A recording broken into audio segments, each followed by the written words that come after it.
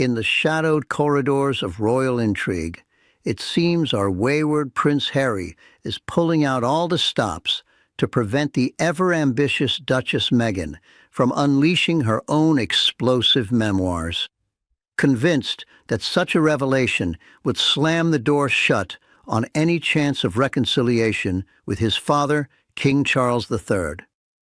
With whispers of emotional chasms widening just as Valentine's Day approaches, and their once glittering California life buckling under financial strains, one has to question whether this ultimatum marks the beginning of the end for the Sussexes' fractured fairy tale. Good evening, and thank you for joining me as we delve into this unfolding royal saga. Let's start with the heart of the matter, shall we? It's no secret that the Duchess of Sussex has been itching to reclaim her narrative, as they say. A well-placed source in palace circles has confided that Meghan has been approached by publishers more times than one can count, each dangling the promise of a platform where she could lay bare her side of the story, unfiltered, unapologetic, and undoubtedly lucrative. After all, as you and I both know, the criticisms have been relentless since their dramatic exit from royal duties. She's portrayed as the villain in so many tabloid tales, the outsider who upended centuries of tradition. And let's be honest, who wouldn't want to fire back with a book that promises to set the record straight? But here's the rub. Such a move would be like tossing a grenade into an already fragile family dynamic. The source suggests she's been gagging to unleash this tell-all, viewing it as her rightful response to the barrage of negativity. Yet, in the grand scheme of royal chess, it's a play that could cost them dearly. Now enter Prince Harry, the reluctant gatekeeper in this drama. Someone close to palace circles has revealed that he's been pushing back with everything he has to thwart this literary endeavor. It's not hard to see why, is it? His own memoir, Spare, was a blockbuster, raking in millions while airing the family's dirty laundry from sibling rivalries to palace intrigues. But that was then, and this is now. Harry's tune has shifted, it seems, toward mending bridges rather than burning them. A source within the inner circle paints a picture of a man torn between loyalty to his wife and a deepening yearning for his roots. He's reportedly fearful that Meghan's book wouldn't just reopen old wounds, it could permanently close the door on reconciliation. Imagine the headlines: more accusations, more revelations about the inner workings of the firm. As a longtime family acquaintance put it, Harry's become increasingly fixated on repairing ties, especially with his father, whose health battles have added a layer of urgency. It's as if the prince is waking up to the isolation of their Montecito exile, realizing that family bonds, once severed, are devilishly hard to reknit. And Meghan's ambitions? Well, they're clashing head-on with his newfound caution. Of course, this blockade isn't happening in a vacuum. Whispers from behind closed doors hint at heated discussions between the couple, where Harry's insistence meets Meghan's determination. She's no stranger to the power of her voice. Her blog, her interviews, her Netflix ventures, all scream self-empowerment. But Harry's stance is firm. No book or risk total alienation. It's a high-stakes game, and one can't help but detect a whiff of desperation in his efforts. After all, as we all suspect, the allure of the spotlight hasn't dimmed for the Duchess, but for Harry, the cost might now outweigh the catharsis. Shifting our gaze to the broader royal canvas, King Charles III looms large in this narrative. A well-placed source in palace circles has shared that the king has issued what can only be described as a brutal ultimatum: no half-in, half-out existence for the Sussexes. This echoes the late Queen Elizabeth II's unyielding rule: you're either fully committed to the crown or you're out in the cold. Charles, it seems, is upholding that with steely resolve, even as private yearnings tug at his heartstrings. Sources close to the inner circle speak of his quiet desire to spend more time with grandchildren Archie and Lilibet, those innocent pawns in this adult squabble. Yet trust is the currency of royalty, and it's in short supply. Harry's bombshells in spare and their various media outings have eroded it, leaving the king wary. As a longtime family acquaintance confided, Charles is open to reconciliation, but only on terms that preserve the monarchy's dignity. No lucrative deals with Netflix or Spotify while donning royal hats. No tell-alls that drag the family through the mud. It's a line in the sand, drawn with the weight of history behind it. And let's not overlook Prince William's shadow in all this. Someone close to palace circles suggests he's been a quiet but influential voice, advising caution and reinforcing the no-compromise stance. William, ever the dutiful heir, sees the Sussexes' actions as a betrayal that can't be glossed over with a quick tea at Windsor. The brothers' rift, once brotherly banter, has hardened into something more profound, with William reportedly unwilling to entertain half measures. As we ponder this, it's clear the ultimatum isn't just from the king. It's a collective front from the working royals, a reminder that the institution comes first. But peel back the layers, and there's a human element here that's almost poignant. A well-meaning staff member who's observed the family dynamics up close shares that Harry's recent solo trips to the UK, attending events like the Invictus Games, have stirred something in him. He's homesick, they say, pining for the familiarity of Britain, while Meghan remains resolute in her aversion to returning. This push-pull is exacerbating the blockade on her memoirs.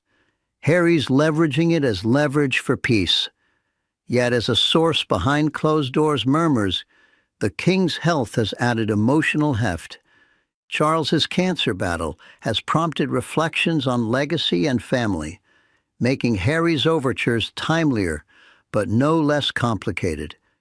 Will the king soften, or will the ultimatum hold, forcing Harry to choose between his wife's ambitions and his father's olive branch? It's a tangled web, isn't it? On one hand, Meghan's desire to reclaim her story feels like a natural retort to the relentless scrutiny.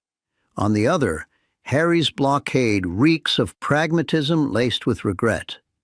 As a longtime family acquaintance noted, the prince is desperate to avoid further alienation, especially with whispers of the king's frailty.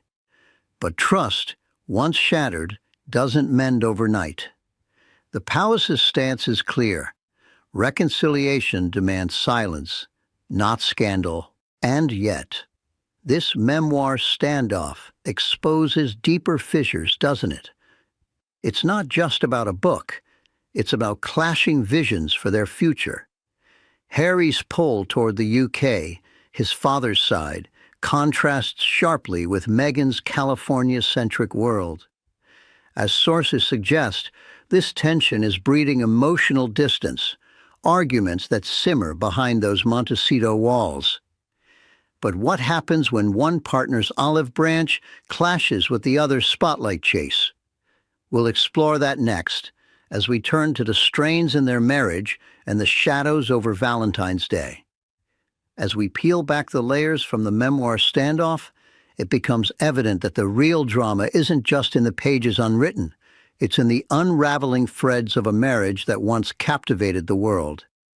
Our Prince Harry, with his growing nostalgia for British soil, finds himself at odds with the Duchess Meghan's steadfast grip on their California haven, creating rifts that no amount of Hollywood polish can conceal. Let's delve deeper into this growing divide, shall we? A source within the inner circle has painted a vivid picture of Harry's increasing fixation on spending more time in the UK, drawn by the siren call of family reconciliation. He's been making solo jaunts across the Atlantic, attending charity events, rubbing shoulders with old acquaintances, all while Meghan remains firmly planted in Montecito.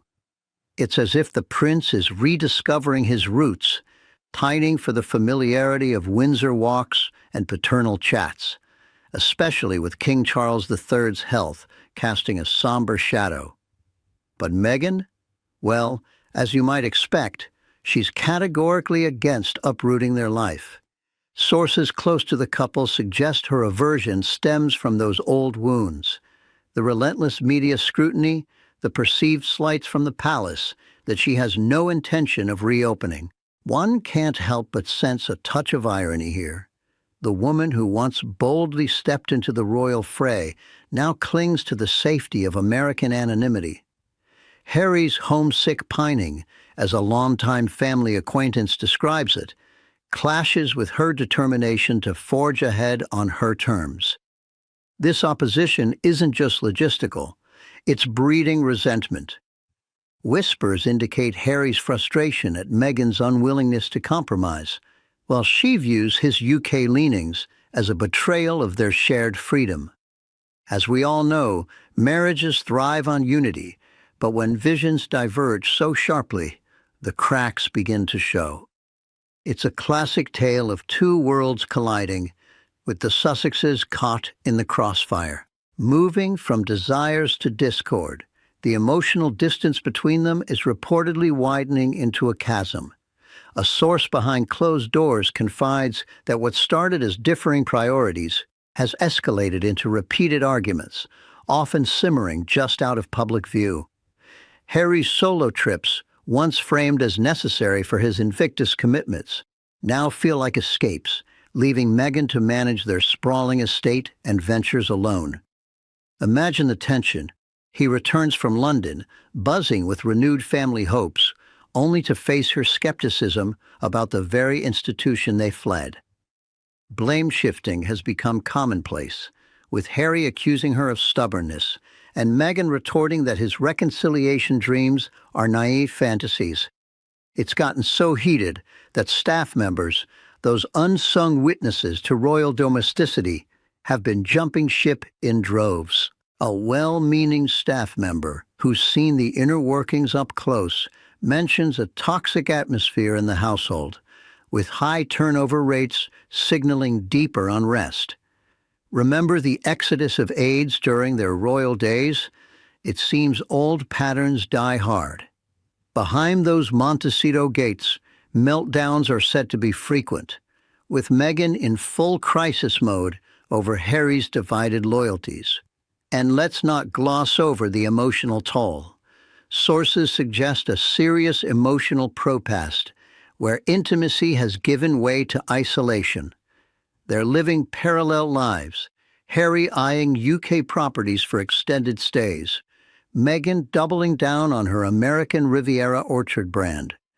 As a longtime family acquaintance puts it, a once united front against the world is fracturing from within.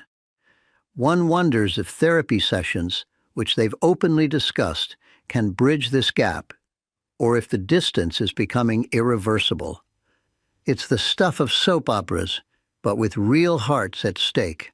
And then there's the poignant irony of Valentine's Day looming amid all this turmoil. A day meant for celebrating love, yet for the Sussexes, it casts long shadows over their union. Sources within the inner circle hint that Harry might be absent this year, perhaps lingering in the UK for family matters, while Meghan promotes her latest ventures, like those heart-shaped necklaces that feel a tad forced in the circumstances. Nothing says romance like a transatlantic divide, eh? Whispers from behind closed doors suggest the couple is navigating deeply emotional disputes that threaten to tear them apart just when they should be toasting their enduring bond.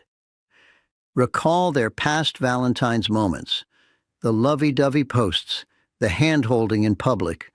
Now it's cringeworthy awkwardness, with rumors of separate schedules and strained communications. Meghan's reluctance to return to Britain is the flashpoint. She sees it as a step backward, a surrender to the very system that traumatized them, as she's put it. Harry, meanwhile, is reportedly pushing for compromise, but her no is resounding. A source close to palace circles even murmurs that this holiday could be a make or break, with friends urging them to reconnect amid the gossip mills churning out crisis headlines. The tabloids are feasting on it. Stories of a marriage in freefall, emotional voids filled with work rather than warmth. It's almost tragic, isn't it? The pair who defied tradition for love now finds that same love tested by geography and grudges. As we reflect on their journey from fairy tale wedding to this, one can't ignore the cynicism. Was it ever sustainable, or just a glamorous illusion? Of course, these personal strains don't exist in isolation. They're amplified by the practicalities of life, particularly the financial ones. When the heart is strained, the wallet often follows suit, exacerbating every quarrel. And if the whispers are true, the Sussex's American dream is morphing into a nightmare of debts and diminishing returns. But what of those mounting bills and fading stardom? We'll uncover that next, as the money woes add fuel to this royal fire. As we turn our attention from the emotional tempests to the colder realities of finance, it's clear that the Sussex's grand American adventure is buckling under the weight of ambition unmet. Their once envied California idol, with its sprawling estates and celebrity sheen, now whispers of debts piling high and stardom flickering out, turning what was billed as a dream into something far more nightmarish. Let's begin with the stark arithmetic of their lifestyle, shall we? A source within the inner circle has laid bare the eye-watering costs sustaining their Montecito existence. Picture this: a $9.5 million mortgage on that 9-bedroom mansion. Annual security bills rumored to hover between $2 and $3 million ever since the palace pulled the plug on taxpayer-funded protection. Then there's the staff: aides, chefs, gardeners, all commanding premium salaries in a household that's seen more turnover than a revolving door. Add in private jets for Harry's transatlantic hops, upkeep on luxury vehicles, and the endless parade of high-end events, and you're looking at a burn rate that would make even the most extravagant tycoon blanch. Whispers from a longtime family acquaintance suggest they're bleeding money faster than they can earn it, with Harry's charity work and Meghan's fledgling brands barely stemming the tide. It's not just the big-ticket items. Everyday extravagances mount up: organic produce flown in, bespoke wardrobes, legal fees from ongoing battles with the press. As a well-meaning staff member confided, the couple's insistence on a royal-level lifestyle without the royal purse is proving unsustainable. One can't help but raise an eyebrow at the irony. They fled the firm for independence, yet find themselves entangled in a web of financial dependencies. Friends like Tyler Perry once stepped in with loans for security and housing, but how long can that goodwill last? The glamour is fading, replaced by the harsh glow of red ink on balance sheets. Compounding this are the lost deals that once promised to bankroll their freedom. A source behind closed doors reveals the Spotify debacle as a turning point. Their $20 million podcast contract axed after just one season of Archetypes, with executives labeling it underperforming. Netflix hangs by a thread. That $100 million deal has yielded hits like their docuseries, but follow-ups flounder, with Polo barely registering a blip. Meghan's American Riviera Orchard, launched with fanfare jams, dog biscuits, and lifestyle trinkets, but sales are sluggish, critics calling it overpriced and underwhelming. Harry's ventures fare no better. Invictus draws praise, but it's not a cash cow, and his Centibale polo matches feel more like desperate fundraisers. As a well-placed source in palace circles notes, the couple's star power is dimming. Once A-listers, now they're scrambling for relevance amid Hollywood's fickle tides. Whispers of Meghan's full meltdown over these setbacks point fingers at Harry, blaming his memoir for poisoning the well with brands wary of controversy. Staff hemorrhages tell their own tale. Over a dozen departures in recent years, from chiefs of staff to communications experts, citing intense environments and horrific ultimatums. Behind closed doors, sources murmur of frantic regrouping, pitching new books, TV gigs, even wellness retreats, but rejections pile up. Friends like Oprah and the Clooneys offer advice, yet tangible support wanes. No more private jets on loan, it seems. It's a far cry from their post-Megxit highs, when deals flowed like California wine. Now, as a longtime family acquaintance puts it, they're isolated in their bubble, watching peers thrive while their empire crumbles. The cynicism creeps in. Was this independence, or just a gilded cage of their own making? Looking beyond the ledgers, the broader implications of this financial quagmire ripple through their lives like aftershocks. A source within the inner circle suggests these woes are the ticking time bomb under their marriage, amplifying every argument about Harry's UK dreams versus Meghan's stateside stubbornness. Divorce rumors swirl, not baseless, given precedents like high-profile splits, but insiders dismiss them as premature, though contingency plans are whispered about. Harry's potential memoir sequel? Shelved for now, lest it sabotage reconciliation, but the temptation of quick cash lingers.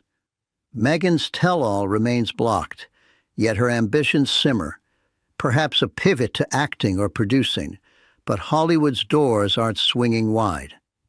On the royal front, King Charles III's ultimatum holds firm: no financial olive branches without full contrition. Prince William and Catherine, thriving in their duties, offer no quarter. Sources close to palace circles hint at quiet satisfaction in seeing the rebels falter. Societally, the mood is one of schadenfreude mixed with pity. The once defiant duo, now emblematic of ambition's pitfalls. As a source behind closed doors confides, their ticking time bombs include legal tussles with tabloids, eroding public interest, and the children's upbringing in this unstable milieu. Archie and Lilibet, shielded from the spotlight, might one day inherit this legacy of risks. Future paths diverge. Harry solo in the UK, rebuilding ties, Meghan forging a solo brand, or a reluctant return, tails between legs. Speculation abounds, but one thing's clear: the American dream has soured, leaving them navigating a storm of their own brewing. In the end, dear viewers, this royal saga serves as a cautionary tale, doesn't it? The Sussexes' journey from palace rebels to California casualties underscores that even the shiniest crowns can't buy lasting contentment. Ambition unchecked, family bonds frayed, fortunes ebbed. It's a drama that captivates precisely because it's so human. As we watch it unfold, let's ponder. Will reconciliation prevail, or will the divides deepen? Thank you for sharing this evening with me.